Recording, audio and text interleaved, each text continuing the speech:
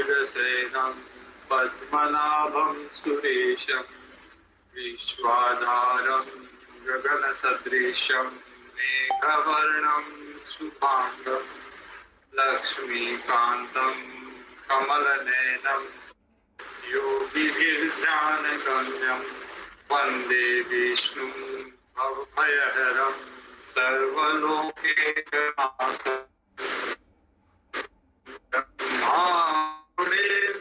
रुद्रमरुतः स्तुन्वन्ति देवैस्तवे वेदे साङ्गपदक्रमोपनिषदे गायन्ति यं सामगाः ध्यानावस्थिततद्गतेन मनसा पश्यन्ति यं योगिनो यस्यान्तं न विदुषुरासुरगणा देवाय तस्मै नमः देवाय तस्मै नमः। श्रीमद् भगवद गीता के तीसरे अध्याय में कि कर्म योग का अध्याय है। श्लोक संख्या 30 से आज प्रारंभ करेंगे। तो भगवान कहते हैं कि सारा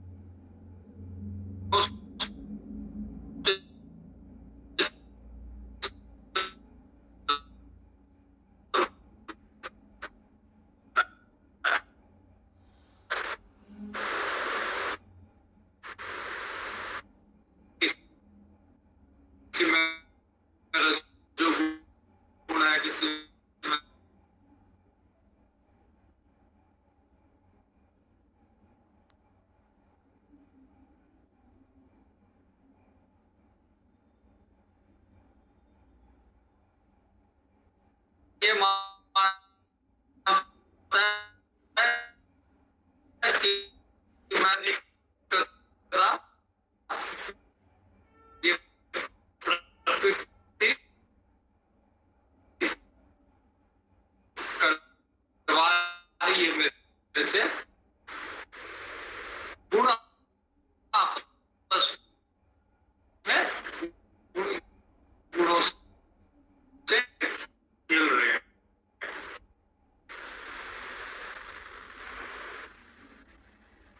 आइए अगला देखते हैं। महाराज जी बहुत ज्यादा नेटवर्क की प्रॉब्लम आ रही है।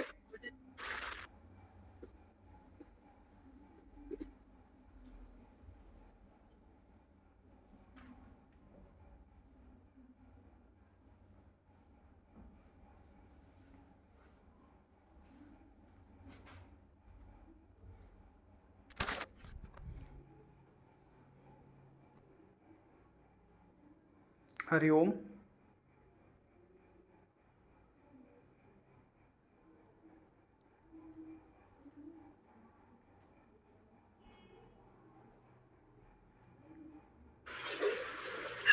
हरिओम।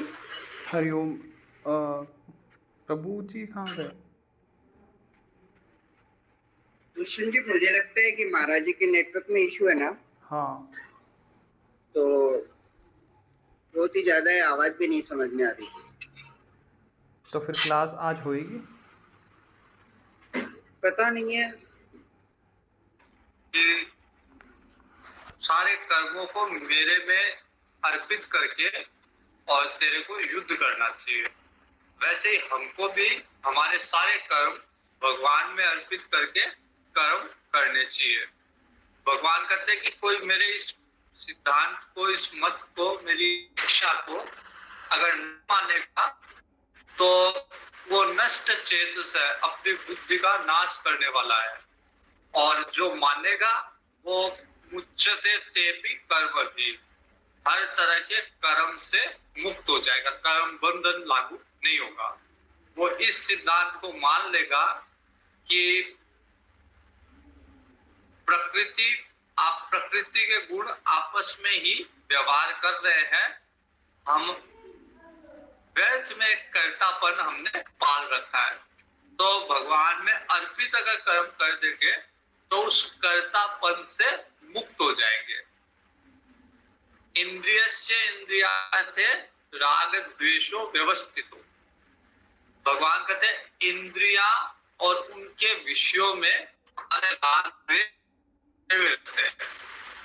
जैसे जिह्वा है, जिह्वा का विषय है भोजन, आंख है, नेत्र का विषय है दृश्य।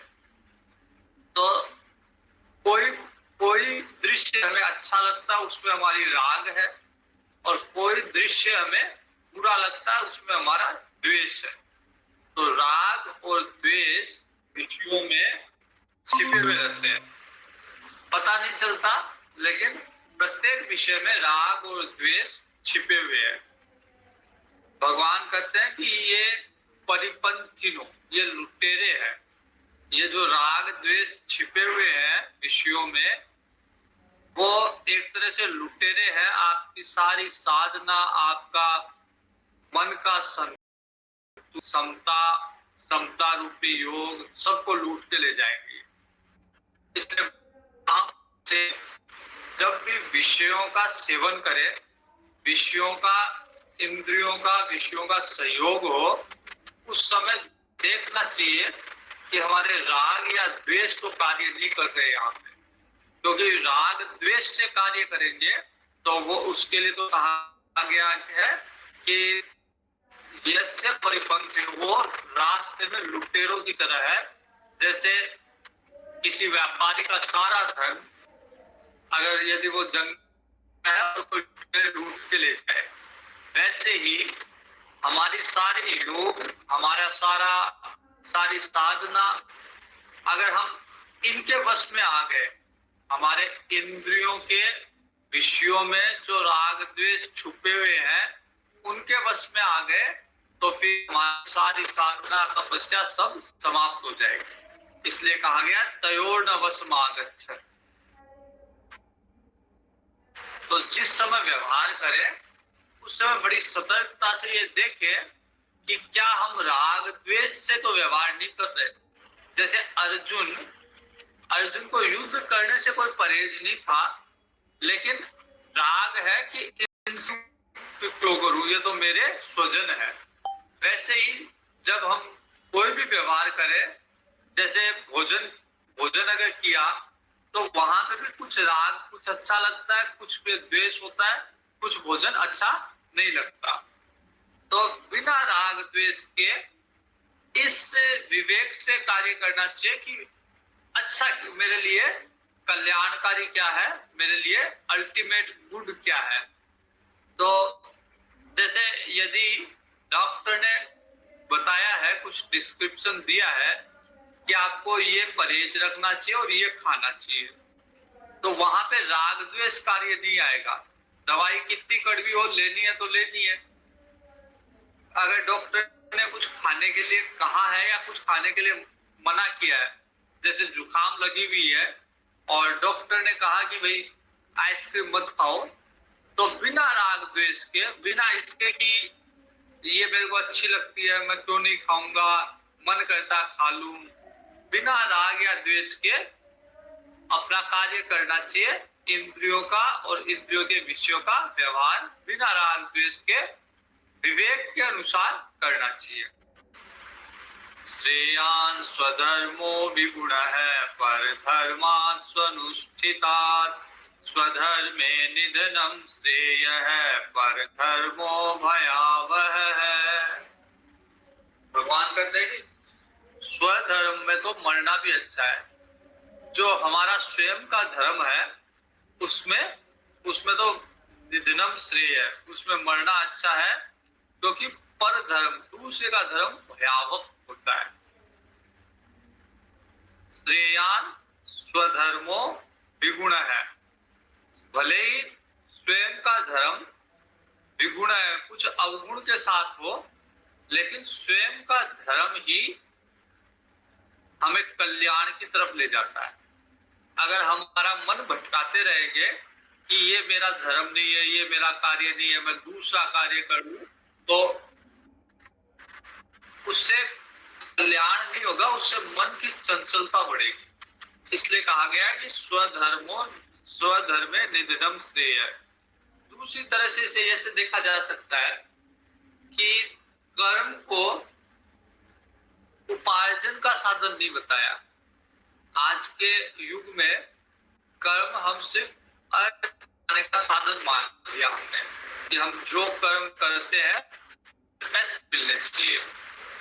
इन जो ग्रंथों के जो निर्देश है या ग्रंथों की जो शिक्षा है, उसके अनुसार कर्म केवल उपार्जन का साधन नहीं है, बल्कि हम उस कर्म से विराट पुरुष की अर्चना कर रहे हैं। जैसे अगर कोई स्त्री है, गृह कार्य कर रही है, तो वो गृह कार्य करते हुए भी पूरे परिवार को समर्थन दे रही है, पूरे परिवार का कार्य कर रही है। कोई बाहर कमा रहा है तो वो कमाने के लिए कमा रहा है, अगर वो तो कमा रहा है तो वो पूरे परिवार को समर्थन दे रहा है, परिवार उसी से चल रहा है। कोई बच्चा अगर पढ़ाई कर रहा है तो वो भी परिवार के लिए कर रहा है, क्योंकि उसको बड़ा पता है कि आगे जाके ये बच्चा ही संभालेगा परिवार को। वैसे ही हम जो भी कार्य करते हैं वो समाज पे हमारा योगदान है। जैसे डॉक्टर, अगर अच्छा डॉक्टर हो तो वो समाज के लिए एक योगदान है। अगर कोई व्यापारी अच्छा व्यापार करे, अच्छी वाजिब कीमत पे समाज को सामान उपलब्ध करा रहा है, तो फिर वो समाज की सेवा कर रहा है। तो इस तरह से सब मिलके उस विराट रूप की, जो कि संपूर्ण सृष्टि उसका रूप है, उसकी सेवा कर रहे हैं। तो जो अपना नियत कर्म है उसी को भली भांति करना चाहिए। तरह तरह के या दूसरों का धर्म देख के ये प्रयास करना चाहिए कि मैं अपना काम छोड़ के उस वाला काम कर लूं। इससे मन की चंचलता बढ़ेगी, मन स्थिर नहीं रह पाएगा। अर्जुन वाच, अब अर्जुन का एक प्रश्न है। यहाँ पे अर्जुन प्रश्न करता है, अथ केन प्रयुक्तोऽहं पापं चरति पुरुषः अनिच्छन्नपि वाष्णेय बलादिव नियोजितः। अर्जुन कहते हैं कि हे कृष्ण, संसार में लोग बिना इच्छा के भी पाप करते हैं, बलादिव नियोजित, जैसे जबरदस्ती किसी को बलपूर्वक उस कार्य में लगा दिया।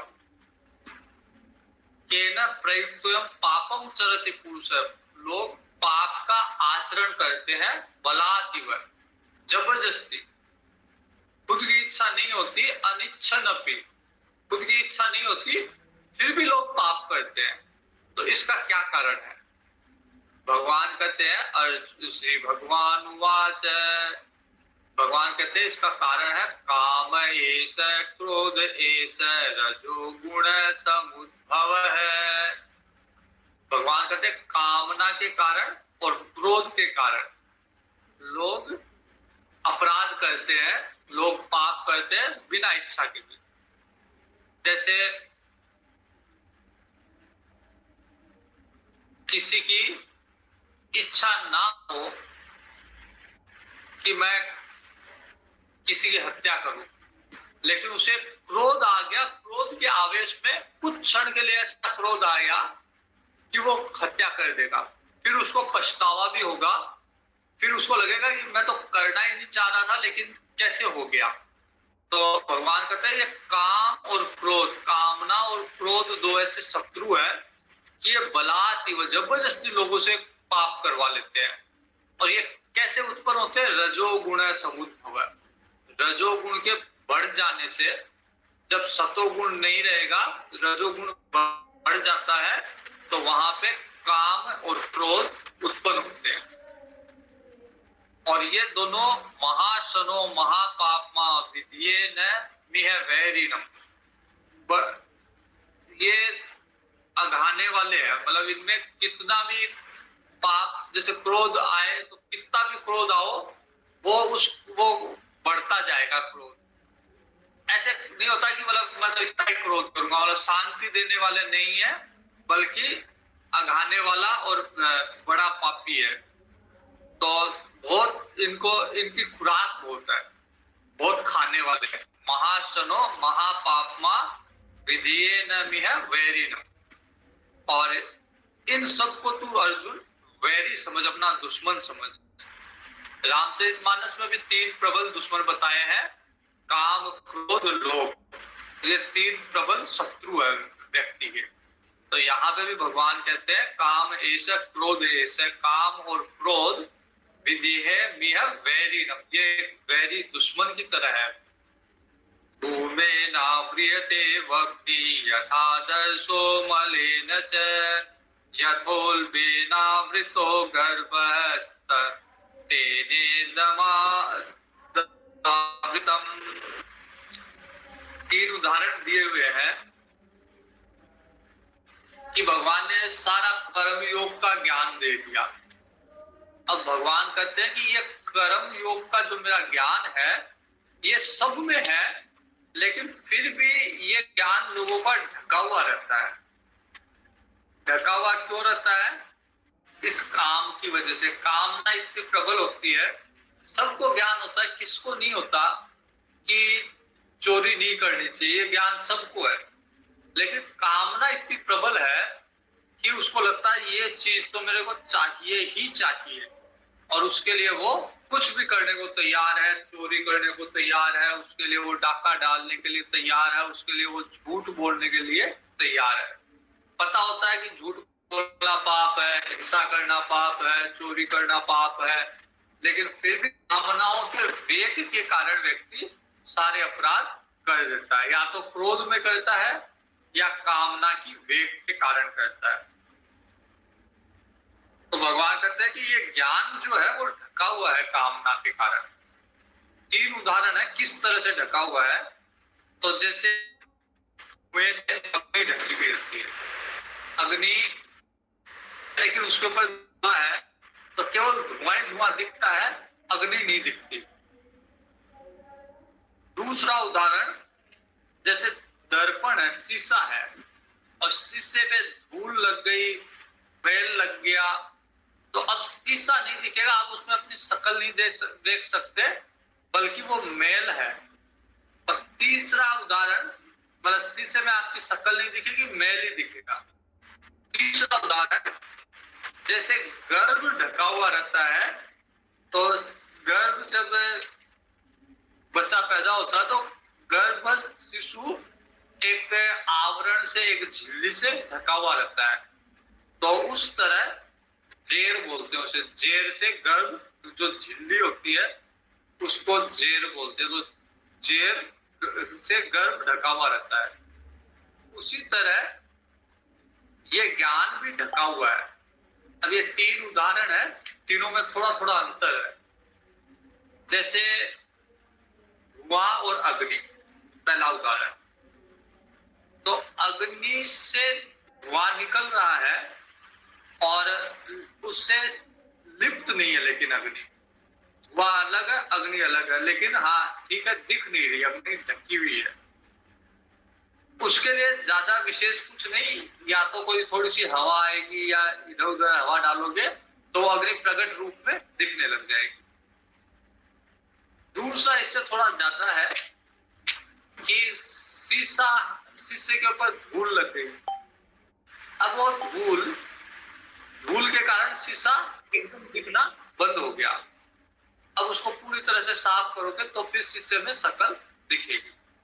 और तीसरा उदाहरण है कि गर्भ ढका हुआ रहता है जेर से, तो उसको हटाने के लिए थोड़ा ज्यादा प्रयास करना पड़ेगा, वो एकदम चिपका हुआ रहता है।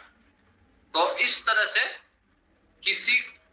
किसी का ज्ञान कामना के कम वेग से, किसी का ज्ञान कामना की अधिक वेग से ढका हुआ है। लेकिन सब कुछ ज्ञान सबको है, लेकिन कामना का प्रेशर, कामना का वेग ऐसा होता है कि वो उस क्षण के लिए व्यक्ति को भ्रमित करके ज्ञान को ढक के और कुकर्म या अपराध सब करवा लेते हैं उससे।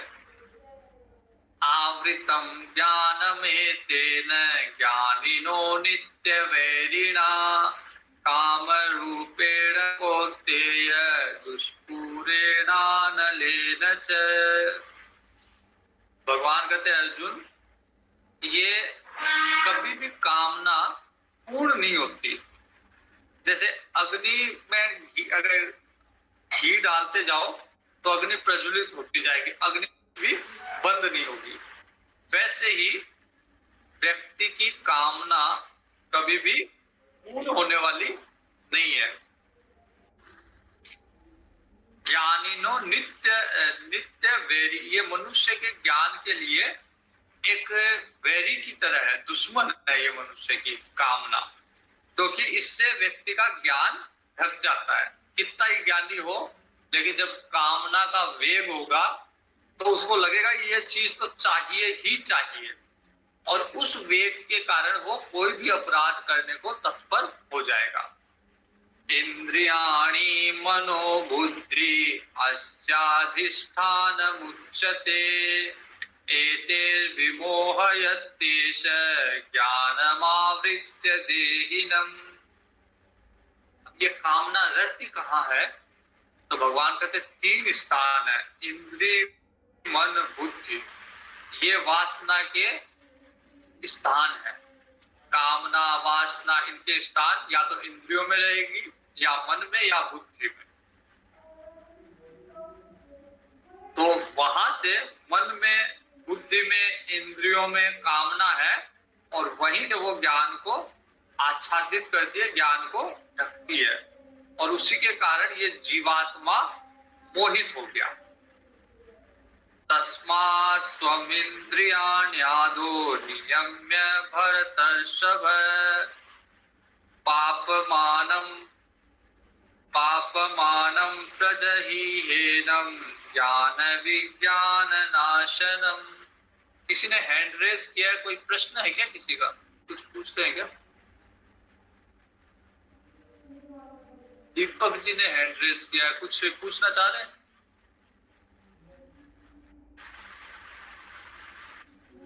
नहीं, चलिए।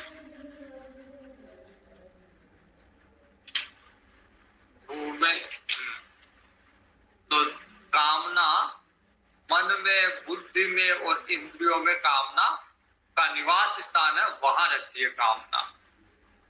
तो भगवान कहते हैं तस्मात् त्वम इंद्रियाण्यादो नियम्य भरतर्षभ पापमानं प्रजहिहेनं ज्ञान विज्ञान नाशनम।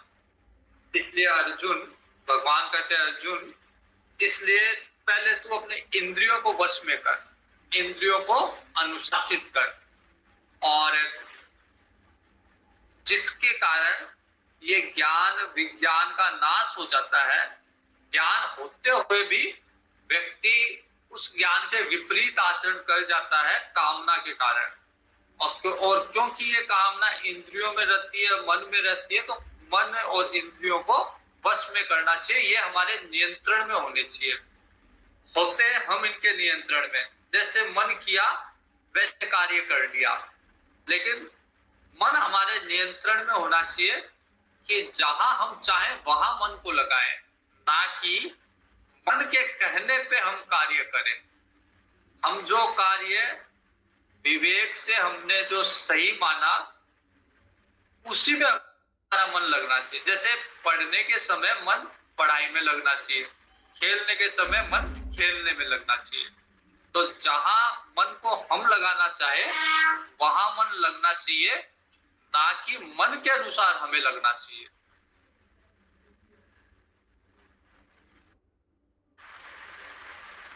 भगवान कहते हैं आपकी कामनाओं को अवश्य तो बलपूर्वक मार, ऐसे जो अपराध की तरफ ले जाए, जो अज्ञान की तरफ ले जाए, जो पाप को ढक दे, जो ज्ञान को ढक दे, ऐसी कामनाओं को तो बलपूर्वक कुचल देना चाहिए, मार डालना चाहिए। भगवान करे अर्थात ऐसी कामनाओं की पूर्ति नहीं करनी चाहिए, ऐसी कामनाओं को दबाना चाहिए।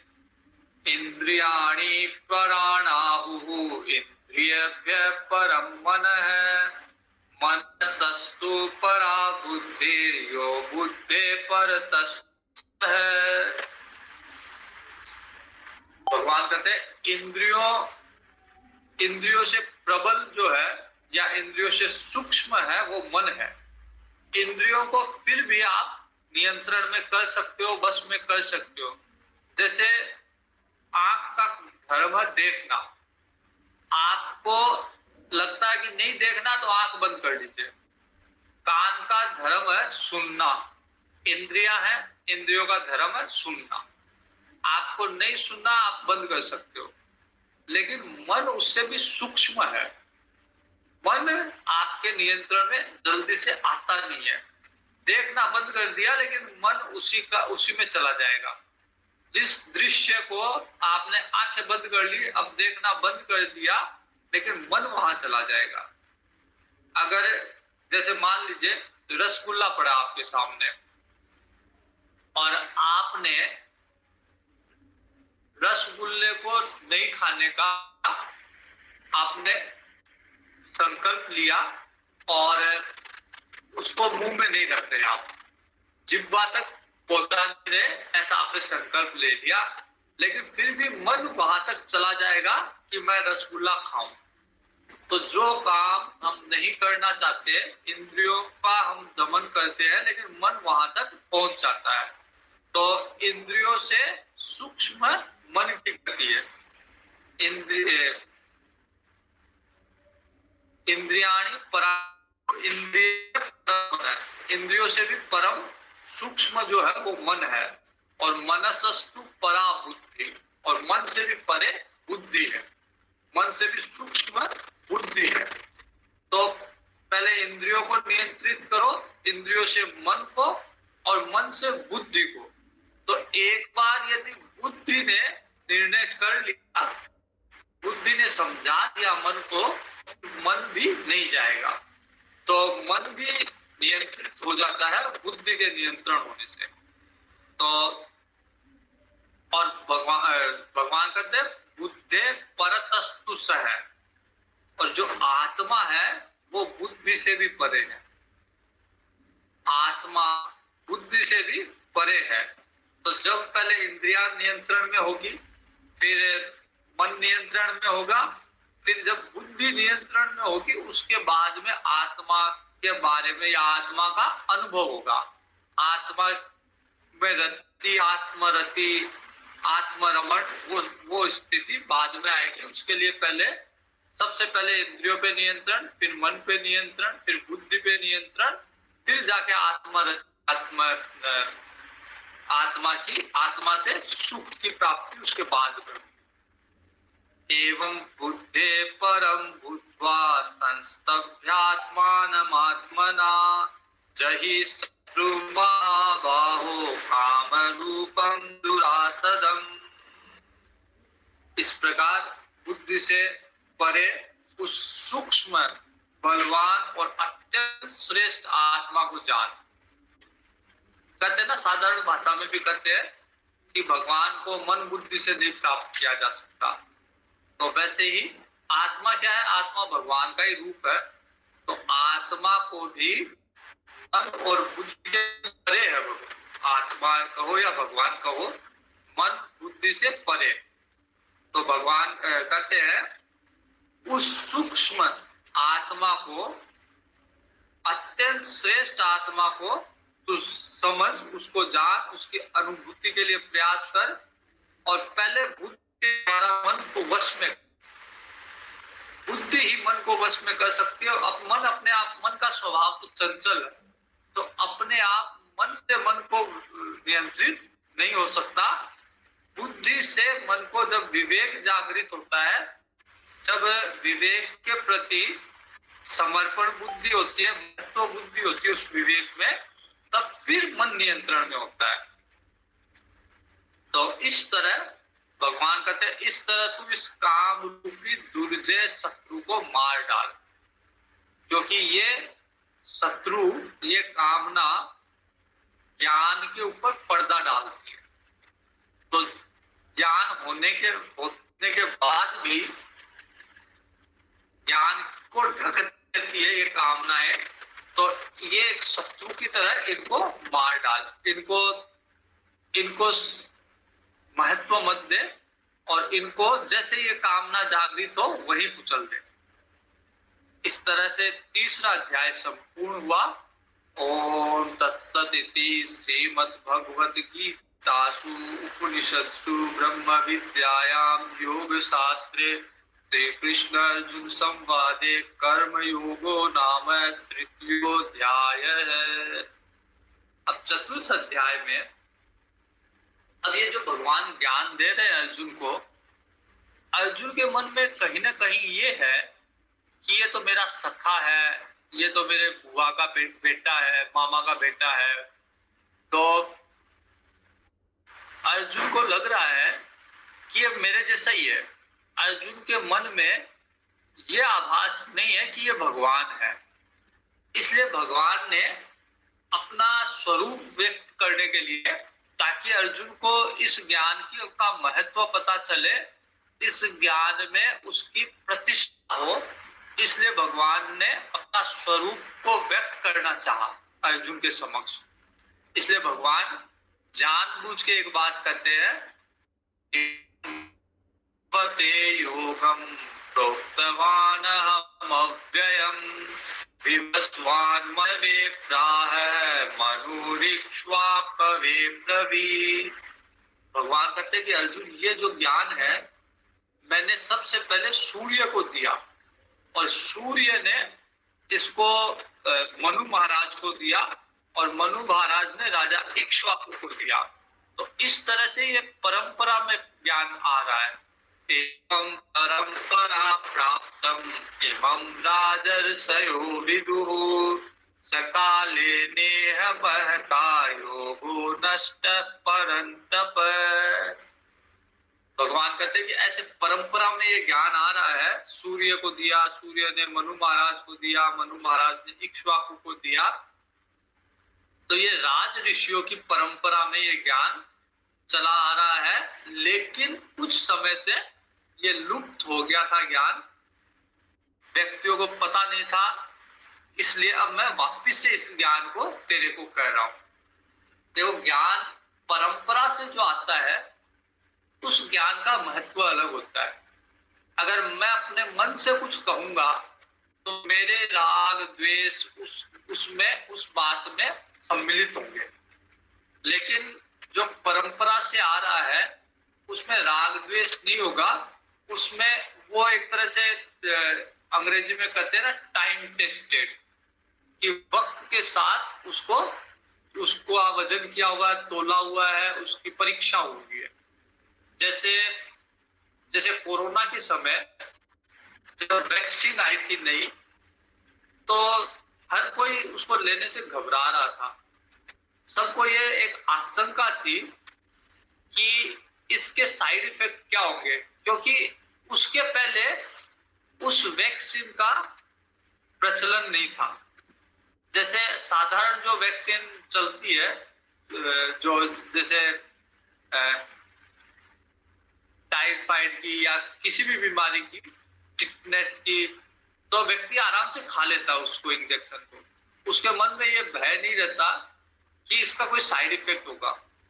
लेकिन जब नई चीज आई है तो उसको लेने के पहले वो सोचता है कि ये तो अभी तो आई है, तो जो नया नया होता है उसमें श्रद्धा कम होती है।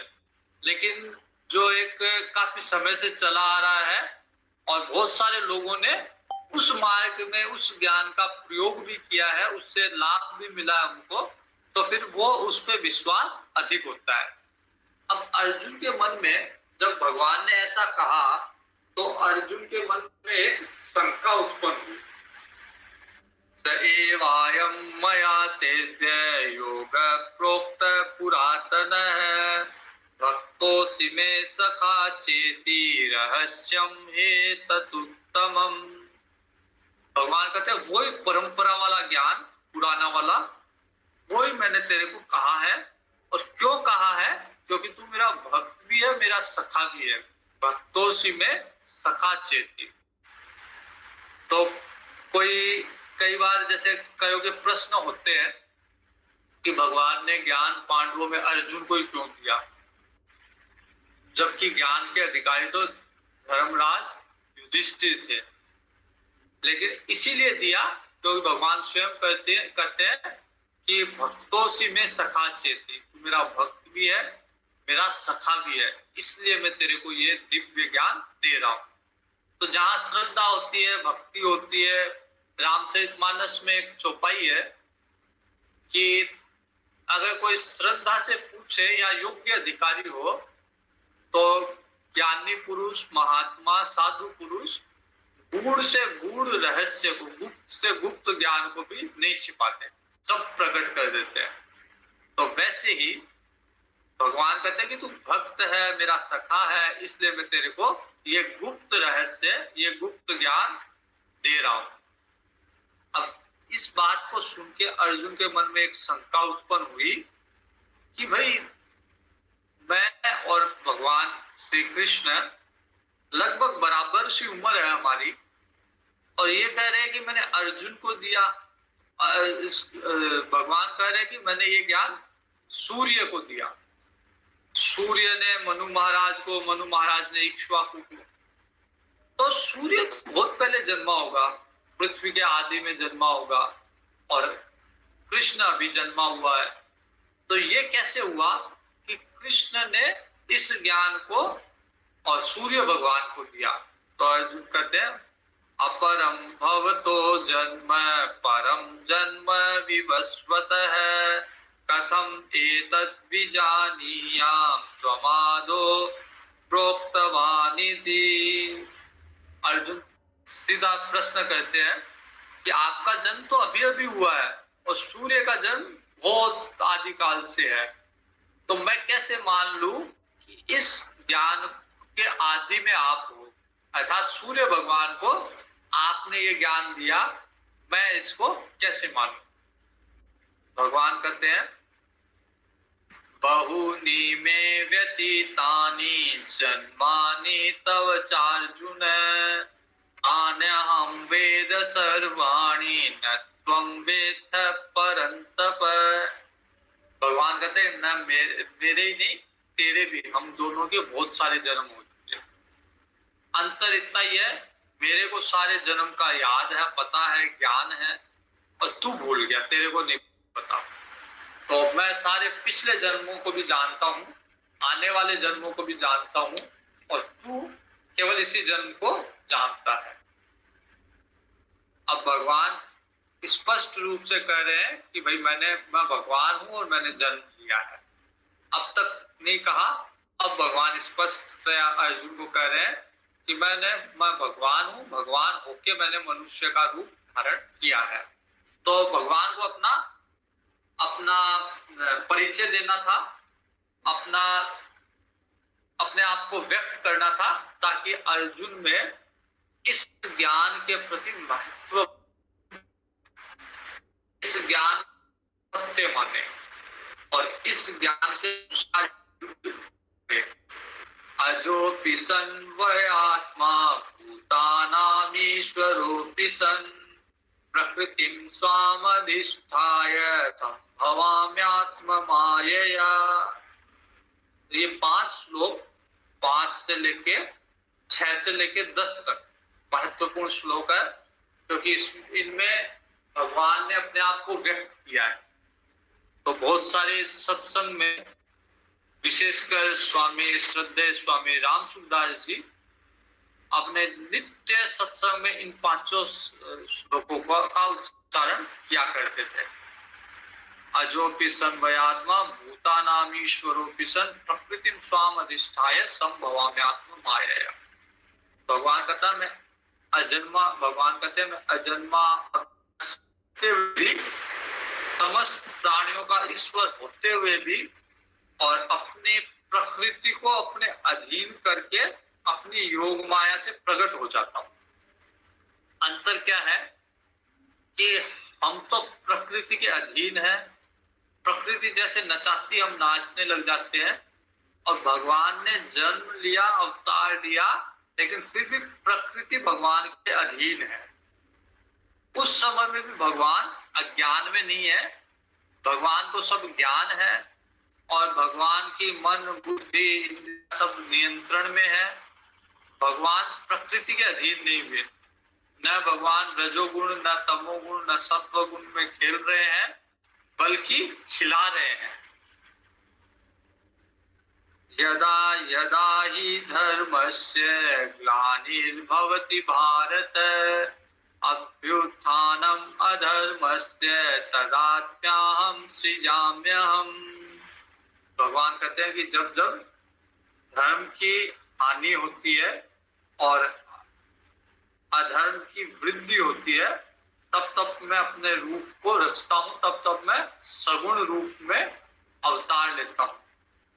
मैं हर समय हरिव्यापक सर्वत्र समाना, सब जगह और व्यापक रूप में मैं विद्यमान हूं। लेकिन फिर भी जब जब धर्म की हानि होती है, अधर्म का नाश होता, अधर्म की वृद्धि होती है, तब मैं विभिन्न रूपों में मैं अवतार लेता हूं। अभ्युत्थानम अधर्मस्य तदात्मानं सृजाम्यहम्। अपने धर्म का अभ्युत्थान करने के लिए, उसको वापस से पुनर्जीवित करने के लिए मैं अवतार लेता हूं। और किसके लिए अवतार लेते हैं? परित्राणाय साधूनां विनाशाय च दुष्कृतां धर्म संस्थापनार्थाय संभवामि युगे युगे। हर युग में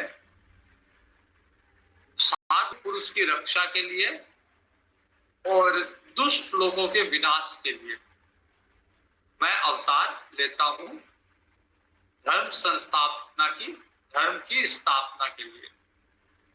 जन्म कर्म च मे दिव्यम यो एवं यो वेत्ति तत्वतः त्यक्त्वा देहं पुनर्जन्म नेति मामेति सोऽर्जुन। भगवान कहते हैं मेरे जन्म भी दिव्य है, मेरा कर्म भी दिव्य है, अर्थात अलौकिक निर्बल कर्म है, जन्म है। भगवान का जन्म कहते हैं कि योनि से नहीं होता, अयोनि है भगवान। तो अवतार भी जब लेते हैं भगवान, तो स्त्री पुरुष के संयोग से नहीं, बल्कि अलौकिक रूप से भगवान जन्म लेते हैं। और जन्म भी जब ले लेते हैं तो भगवान के शरीर में कोई विकार नहीं होता। जैसे हमारे शरीर में पसीना आता है, तो भगवान के नहीं, देवताओं के भी नहीं होता। देवताओं के भी न देवताओं के शरीर की छाया पड़ती है, न देवताओं के पसीने आते हैं। तो इस तरह भगवान जब अवतार भी लेते हैं तो अपनी चिन्मय रूप बनाते अपना। ब्रह्मा जी की सृष्टि में नहीं है भगवान का अवतार भी, भगवान स्वयं ही माया को अधीन करके और अवतार लेते हैं।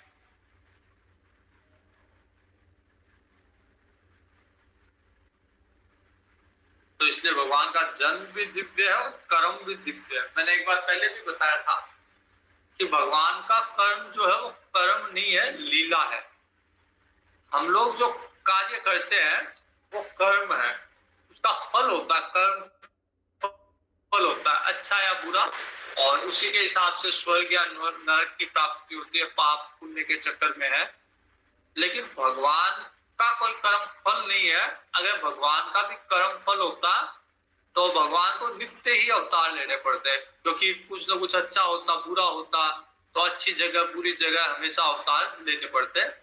लेकिन भगवान तो बैलेंस बनाने के लिए, धर्म की स्थापना करने के लिए, दुष्टों का विनाश करने के लिए और साधु की रक्षा के लिए भगवान अवतार लेते हैं। तो भगवान अवतार में लीला करते हैं। वो लीला का उद्देश्य केवल यही है ताकि भविष्य में लोग उस लीला का सुमिरन करके, उस लीला में अपनी बुद्धि लगा के, अपने मन को वहां रमण करवा के उससे मन बुद्धि को शुद्ध करे। और कोई लीला का कोई बड़ा महत्व नहीं है। एक ही महत्व है कि इसके द्वारा भक्तों की बुद्धि शुद्ध होती है भगवान की लीला का चिंतन करके। और योगी जो होते हैं उनका कर्म जो होता है वो केवल क्रिया होती है, वो कर्म नहीं है, उसका भी कोई फल नहीं होता। लेकिन जैसे कोई साधारण क्रिया करता है बिना किसी कर्म फल के, वैसे योगी का कर्म होता है। तो भगवान कहते हैं कि मेरा जन्म मेरा कर्म सब दिव्य है, जन्म कर्म च मे दिव्यम। और इस रहस्य को कोई जान जाएगा तो त्यक्त्वा देहम पुनर्जन्म, फिर उसका पुनर्जन्म नहीं होगा, फिर वो भी मुक्त हो जाएगा, मेरी तरह बन जाएगा। जैसे मैं प्रकृति के अधीन नहीं रहता, वो भी प्रकृति के अधीन नहीं रहेगा। भय क्रोधा मन्मया मामुपाश्रिताः बहवो ज्ञान तपसा मद्भावमागताः।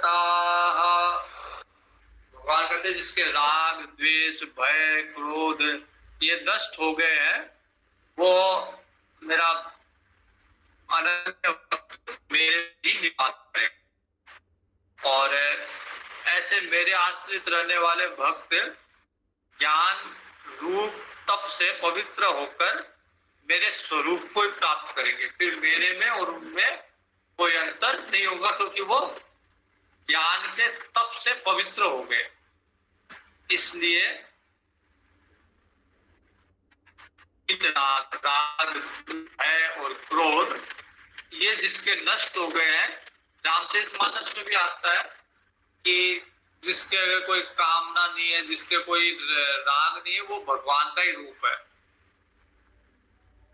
ये यथा मां प्रपद्यन्ते तांस्तथैव भजाम्यहम् मम वर्त्मानुवर्तन्ते मनुष्याः पार्थ सर्वशः। अब भगवान कहते कि जैसे बुद्धि शुद्ध हुई और मेरा भजन करने लग गए, लेकिन जिस तरह से मेरा भजन करेंगे मैं उसको उसी तरह से प्राप्त होऊंगा। जैसे कोई काली माँ का भजन करे, उनकी उपासना करे, तो काली माँ ही प्रकट होगी, वहां शिव जी प्रकट नहीं होंगे। कोई शिव जी की उपासना करे तो वहां शिव जी ही प्रकट होंगे। तत्वतः सब एक ही है, लेकिन बाह्य रूप से जिसकी उपासना की जाएगी वही प्रकट होगा। कोई लक्ष्मी जी की उपासना करे तो उसको धन ही मिलेगा, उसको विद्या नहीं मिलेगी। कोई सरस्वती जी की उपासना करे तो उसे विद्या मिलेगी, धन नहीं मिलेगा। तो इसलिए जिस रूप की उपासना करेगा उसे वही रूप प्राप्त होगा।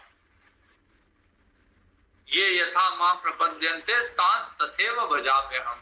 जैसी जिसकी आस्था श्रद्धा होगी, जैसा भजन करेगा उसको वैसा ही स्वरूप प्राप्त होगा। भगवान कहते हैं कि सभी मनुष्य सब प्रकार से मेरे ही मार्ग का अनुसरण कर रहे हैं, लेकिन वो जानते नहीं है मेरे स्वरूप को। इसलिए वह किसी भी स्वरूप में आसक्त हो रहे हैं, क्योंकि वो जानते नहीं है कि मेरा वास्तविक स्वरूप क्या है। आज यहीं तक करते हैं, शेष कल करें। पूर्णमद पूर्णमिदं पूर्णात् पूर्णमुदच्यते पूर्णस्य पूर्णमादाय पूर्णमेवावशिष्यते। ओम शांति शांति शांति। हरि ओम। श्री गुरुभ्यो नमः। है। हरि ओम। हरि ओम। धन्यवाद आप सबको। हरि ओम। किसी का कोई प्रश्न है? प्रणाम हरिओम महाराज गुरु जी। महाराज जी, एक जो अर्जुन ने प्रश्न पूछा भगवान को कि बिना इच्छा होते हुए भी आदमी बलात् पाप कर्म में चला जाता है, पर जब भगवान ने बोला कि काम और क्रोध के वश होके जाता है, तो काम का मतलब भी तो इच्छा ही हो गया ना। हाँ, कामना होगी, किसी भी तरह की कामना। तो कामना वैसे इच्छा ही हो गई ना, कामना भी, हाँ, इच्छा ही है ना। तो इसका यही मतलब हो गया ना कि जब भी हमारे मन में कोई भी इच्छा होती है, तभी हम को पाप कर्म की ओर अपने को अग्रसर करती है। क्योंकि गीता जी में पहले आपने जब बताया था कि भगवान ने ये बोला था कि कामना की जब हमारी पूरी नहीं होती तभी क्रोध आता है। तो फिर ठीक। हाँ, मूल रूप में तो कामना ही है कि हमारी अगर इच्छा, क्रोध का मूल भी कामना ही है।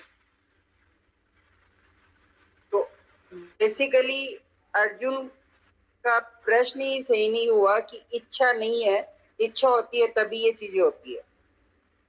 क्या मतलब? अर्जुन ने जो प्रश्न किया कि हमारी इच्छा नहीं है फिर भी हम बलात् पाप कर्म कर देते हैं, तो ऐसा नहीं है इच्छा होती है तभी पाप कर्म होता है, इसका ये मतलब हुआ ना। फिर अर्जुन का प्रश्न क्या है, एक मिनट देखते हैं।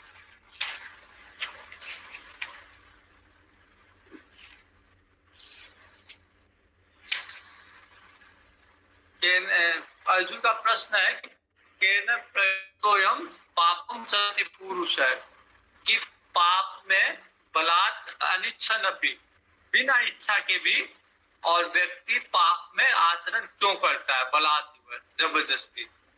तो आपका ये कहना है कि अनिच्छन्नपि, अगर बिना इच्छा के भी वो आचरण कर रहा है, तो यहाँ वो इच्छा मत लाओ, आप कामना वाली इच्छा नहीं लाओ। मतलब यहाँ तो परवश है, मतलब इच्छा नहीं है, मतलब परवश है। वो परवश होते हुए मतलब कौन अपनी इच्छा से कौन पाप करना चाहता है, लेकिन परवश हुआ भी उसको पता ही नहीं चलता कि वो कब पाप की दुनिया में पाप करने लग गया। तो अच्छा, पता होता तो भी वो इच्छा इतनी प्रबल होती है कि वो परवश हुआ, जैसे हमारे मतलब खुद के व्यवहार में भी होता है ना ऐसा कई बार। हाँ, कि होता है। जैसे हम नहीं चाहते कि झूठ बोले, लेकिन कई बार कामनाओं का वेग इतना ज्यादा होता है कि मन मतलब बोल जाते हैं, फिर बाद में ध्यान आता है कि क्यों हम जबरदस्ती क्यों बोल गए। तो कई बार कामना या क्रोध का वेग इतना होता है कि किसी को शब्द बोल गए, फिर बाद में मन में आता है कि क्यों जबरदस्ती क्यों बोल दिया, फालतू में बोल दिया। तो इच्छा न भी मतलब उसको बलात् ले तो कैसे कामना में मत हो, ठीक है, परवश मान लो उसको, परवश हुआ हुआ। ठीक है, हो गया, स्पष्ट हो गया मन में? जी जी महाराज जी। अर्जुन वैसे साधारण भाषा में बोल रहा है कि इच्छा है वो और भगवान है वो भी सब उसी तरीके से समझ के उसको बता रहे हैं। हाँ, ये ठीक। हाँ, आपके मन में ये था कि मान लेते अनिच्छन को भी और उसको भी। हाँ भाई, कामना वाली उसको भी। हाँ, जी। ठीक, चलिए, हरिओम। हाँ, प्रणाम महाराज, हरिओम। हरिओम।